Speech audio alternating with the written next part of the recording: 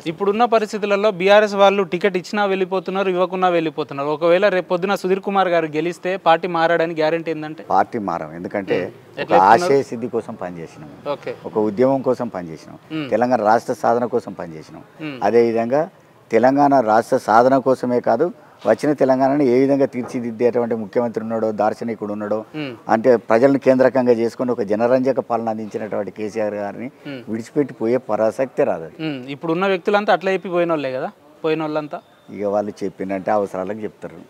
వాళ్ళకు అధికారం ఉంటే ఒకటి, అధికారం లేకపోతే ఒకటి. ఇప్పుడు ఈ కడియం శ్రీహరి గారికి ఏమైంది, ఇంట్లో ఎమ్మెల్యే కదా ఆయన తీసుకుపోయి ఆ వేరే పట్లకు పోవాల్సిన అవసరం ఏమొచ్చింది. కాబట్టి అధికార దాహం అంటే 4 నెలలు కూడా ఆగే పరిస్థితి లేదు. అంటే అధికారం కోసం అర్రులు వాళ్ళు వచ్చింది అధికారం మోసంలో కూడా ఇది ఒక పరాకాష్ట, తప్పకుండా పరాకాష్టనే. ఆ మోసానికి ప్రజలు కూడా తిరిగి వాళ్ళు జవాబు చెప్తారు. రాబోయే రోజుల్లో బుద్ధి చెప్పే కార్యక్రమం తయారైంది, అంతటా తయారైంది, ఇక్కడ కూడా తయారైతుంది. వీళ్ళు కూడా అదే విధంగా ఈ ఆరూరు రమేష్ ఓడిపోయి 4 నెలలు ఓపిక పట్టాలి, చూడాలి. నేను తగుదనమ్మా అని నా దగ్గర పైసలు అని చెప్పి అటు బీజేపీలను కొనుగోలు చేసి ఇటు వీళ్ళని కొనుగోలు చేసి టికెట్ తెచ్చుకొని తర్వాత రేపు పోయటానికి, రేపు ఎన్నికలు అయిపోయిన తర్వాత స్టార్ట్ చేయడానికి ఆయన ఆస్తులు కాపాడుకోవడం కోసం ఈ పని చేస్తే అది కరెక్ట్ కాదు. ప్రజలు తగిన రీతిలో ఇద్దరికి బుద్ధి చెప్తారు. 2 పాములు పుట్టలకెళ్ళి అయితే బయటకు వెళ్ళినాయో ఆ 2 పాములకు. మీరు ఇందా చెప్తున్నట్టు 22 ఏళ్ళుగా మీరు రాజకీయాలలో ఉన్నారు, 30 సంవత్సరాలుగా రాజకీయాల్లో ఉన్నారు. మీరు అభ్యర్థిత్వం కోసం అఫిడవిట్ కూడా సమర్పించినట్టున్నారు. ఆ అఫిడవిట్ లో ఏదైతే ఇప్పుడు మీరు సమర్పించిన ఆస్తులు ఒకవేళ మీరు ఎంపీ గెలిచినా కూడా 5 ఏళ్ల తర్వాత కూడా అంతే ఉంటాయని మీరు నమ్మకంగా చెప్పగలుగుతారు? 100% ఉంటాయి. ఎట్లా చెప్తున్నారు? ఎట్లా చెప్తానంటే ఆస్తులు నాకు నా వ్యక్తిగతంగా ఆస్తులు ఉండవు. ఓకే.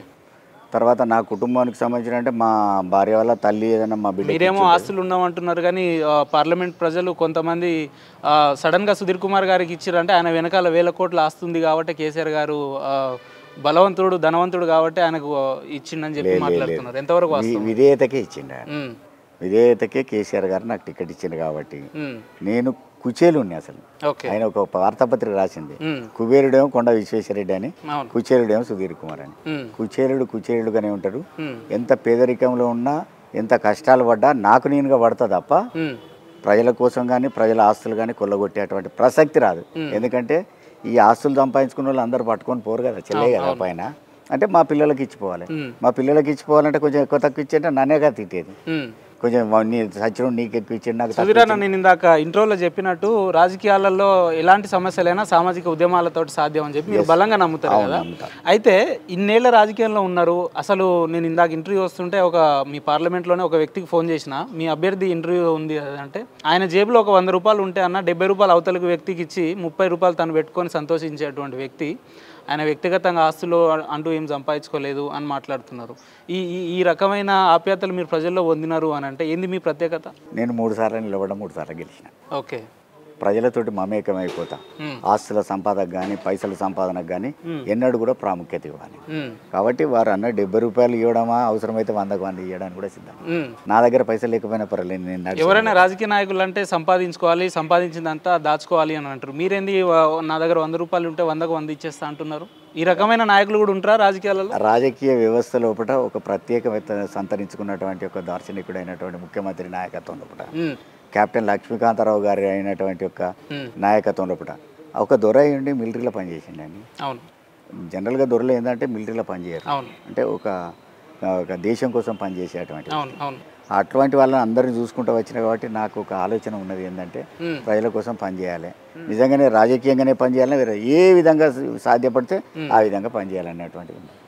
ఎలాంటి రాజకీయ ఆరోపణలు లేకుండా ఇన్నేళ్లుగా మీరు రాజకీయాన్ని ముందుకు తీసుకొచ్చి ప్రజలలో నిలుస్తున్నారు అని అంటే ఇది కొంచెం నమ్మశక్యంగా లేదు సుధీర్ అన్న. దీనికి వాస్తవాలు ఏందో చెప్తారా?